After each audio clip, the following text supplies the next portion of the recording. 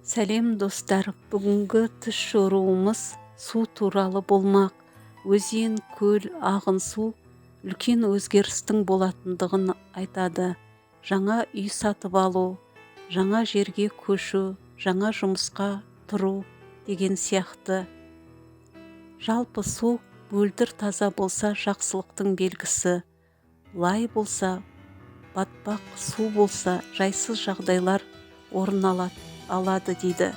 Үйіңізден таза судың ағуы, әсіресе бұлақ суы, береке мен молшылық бақытқа кенелетіндігіңізді көрсетеді.